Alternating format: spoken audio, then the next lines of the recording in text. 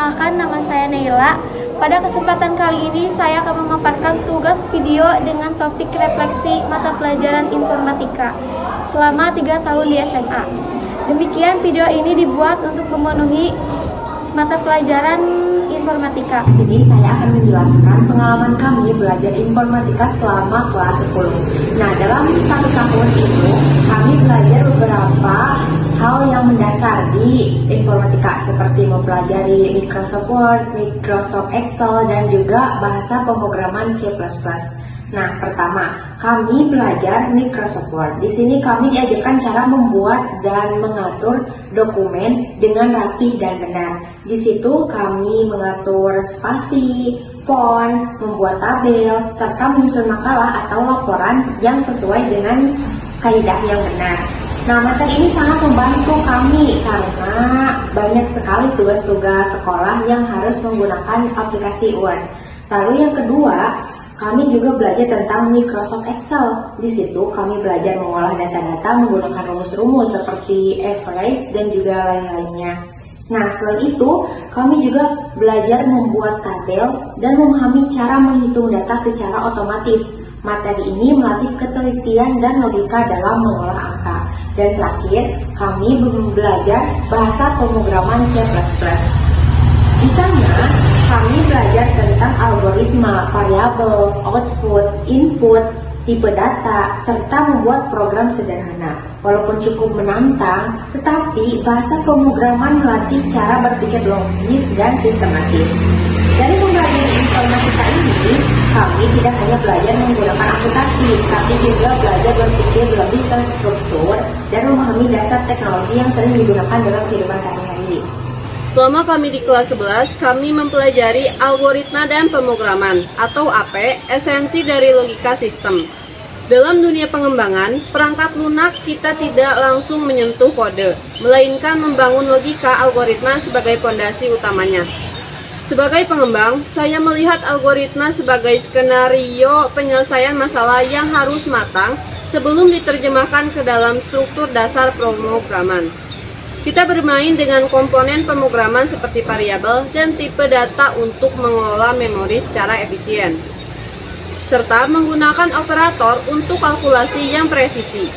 Kekuatan sesungguhnya terletak pada struktur kontrol dan struktur data, di mana kita mengatur alur keputusan sistem dan mengorganisir informasi agar aplikasi bekerja secara optimal.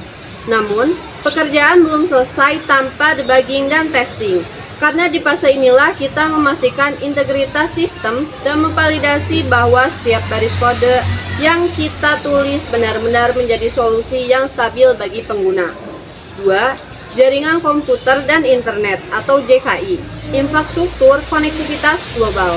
Memahami jaringan komputer dan internet bukan sekadar tahu cara terhubung ke Wi-Fi saja, melainkan memahami bagaimana data mengalir melalui arsitektur yang kompleks dalam membangun jaringan, pemilihan topologi, dan pemahaman terhadap perangkat keras seperti router dan switch adalah kunci stabilitas. Kita bergantung pada protokol komunikasi TCP atau IP dan alamat IP sebagai identitas unik agar pertukaran data tidak salah sasaran. Di era mobilitas tinggi ini, komunikasi data pada ponsel telah mengubah cara kita berinteraksi secara global melalui jaringan seluler yang masif. Namun yang paling krusial bagi saya adalah keamanan data di internet. Di tengah ancaman cyber yang kian canggih, menerapkan prinsip dan sistem keamanan yang berlapis bukan lagi pilihan, melainkan keharusan untuk menjaga aset digital kita tetap aman. Pelajaran yang dipetik dan harapan masa depan. Pelajaran yang dipetik, satu hal yang saya pelajari dari bidang ini adalah bahwa keteraturan adalah kunci. Algoritma mengajarkan kita untuk berpikir runtut, sementara jaringan mengajarkan kita bahwa komunikasi membutuhkan aturan yang disepakati atau protokol. Kita belajar bahwa sebuah sistem yang besar hanya bisa berjalan jika komponen-komponen kecil di dalamnya bekerja secara harmonis, logis, dan aman. Harapan masa depan, kedepannya saya berharap penguasaan logika pemrograman dan infrastruktur jaringan ini tidak hanya menjadi kompetensi teknis, tetapi menjadi cara kita berpikir di dunia digital. Saya ingin kita semua mampu beradaptasi dengan teknologi cloud computing dan internet of things atau IoT yang akan datang, bukan sebagai penonton, melainkan sebagai arsitek di balik kecanggihan tersebut. Masa depan adalah milik kita, mereka yang paham bagaimana sistem bekerja dan dari dalam. Halo Bapak, jadi di sini saya mewakili teman-teman akan menyampaikan refleksi pembelajaran selama di kelas 12. Jadi selama di kelas 12 pada mata pelajaran informatika dengan Bapak sebagai wali kelas juga sebagai guru mata pelajaran, kami telah mempelajari berbagai macam materi tentang perkembangan teknologi di masa kini dan juga di masa depan. Contohnya seperti apa? Seperti revolusi 4.0, Internet of Things, nanoteknologi, serta kendaraan yang tanpa pengemudi. Hal itu sudah kami pelajari. Kemudian kami juga belajar tentang sistem komputer, yaitu kami belajar tentang keterkaitan antara perangkat keras, perangkat lunak, serta brainwave dalam suatu sistem komputer secara utuh atau suatu sistem pemrograman secara utuh. Nah, kami juga belajar praktik, jadi bukan hanya sekedar teori. Kami praktik dengan menggunakan Arduino, yaitu kami belajar menghubungkan perangkat keras dengan pemrograman sederhana serta bagaimana penerapannya dalam kehidupan sehari-hari. Kami juga dilatih untuk berpikir secara komputasional, yaitu memecahkan masalah dengan cara yang logis dan terstruktur. Nah, di bab kelima, kami mempelajari tentang jaringan komputer dan internet.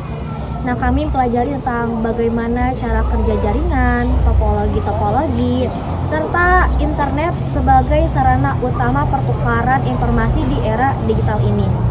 Dan terakhir di bab 6, kami mempelajari tentang dampak sosial informatika.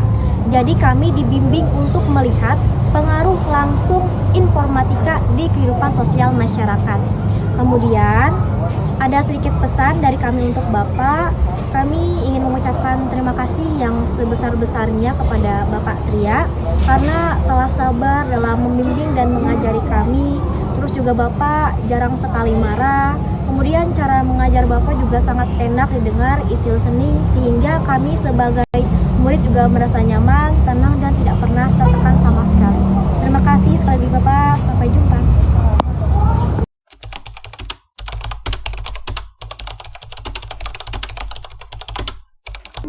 Harapan kami selama belajar informatika kurang lebih 3 tahun ini, yang pertama adalah semoga ilmu dan pengalaman ini dapat menjadi bekal bagi kami untuk masa depan, terutama bagi yang kuliah ataupun yang kerja dan melanjutkan hidup.